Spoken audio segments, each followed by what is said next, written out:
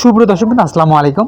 তো 2 দিন থেকে এত পরিমাণ বৃষ্টি হইতেছে, তো বৃষ্টিতে কিন্তু অবস্থা খুবই খারাপ। তো এখানে যে পরিবেশ যেটা আপনারা দেখতে পাচ্ছেন, তো এখানে যেহেতু আমরা ঘাস মূলত কিন্তু কাটিয়ে থাকি, তো সেই জায়গার কিন্তু অবস্থা খুবই খারাপ। তো ঘাস কিন্তু আমরা এখানে চাঙ্গে আনিয়ে রাখছি।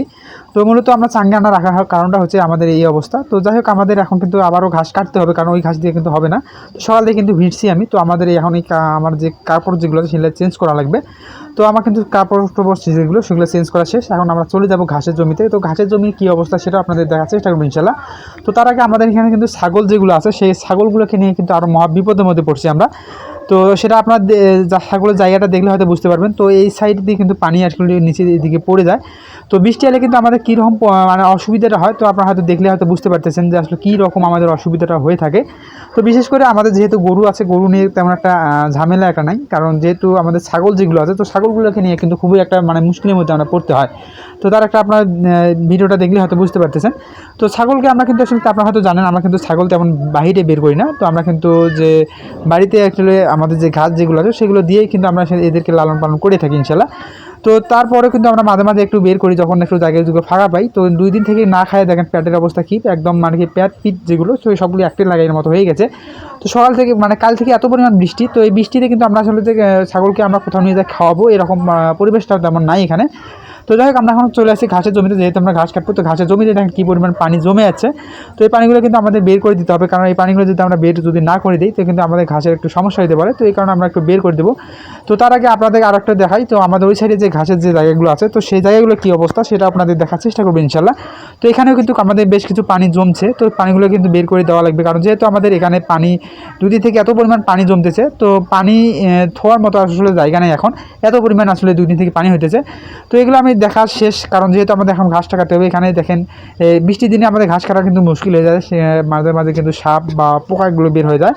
তো সেগুলোর মধ্য দিয়ে কিন্তু আমাদের এই কাজগুলো করতে হয়। তো আপনারা হয়তো দেখতে পাচ্ছেন। তো তার মাঝে এখানে কিন্তু আমাদের একটু ফটো শুট হচ্ছে, সেটাও একটা আপনারা দেখার চেষ্টা করতেছি ইনশাল্লাহ।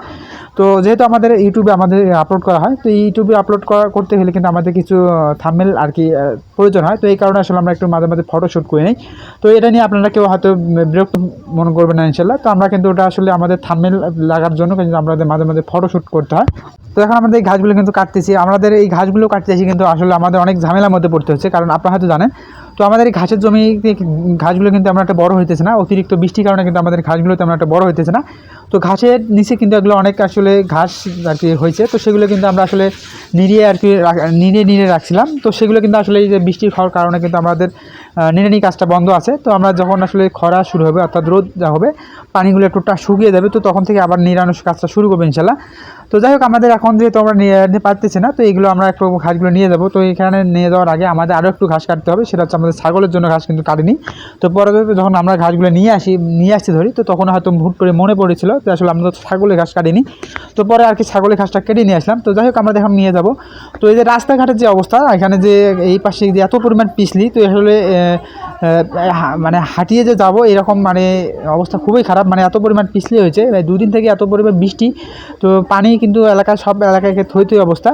তো আপনাদের তো আমরা কিন্তু যে জায়গাতে ঘাস কাটি সেই জায়গাটা কিন্তু রাখার অবশ্যই নেই, যে আমাদের যে চাঙ্গে যে ঘাসটা ছিল তো সেটাও আমরা নিয়ে আসতেছি।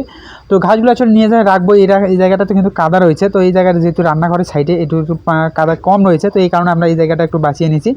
তো যাই হোক, আমাদের কিন্তু এখন মূল যেটা কাজ সেটাকে আমাকে গরুদের আগে কিন্তু আমাদের যে ছাগলের যে ঘাস সেটা আমাদের বাঁধিয়ে দিতে হবে, কারণ যেহেতু আমাদের ছাগলটা 2 দিন থেকে কিন্তু আমরা তাকে কিন্তু খাবার দিতে পারতেছি না।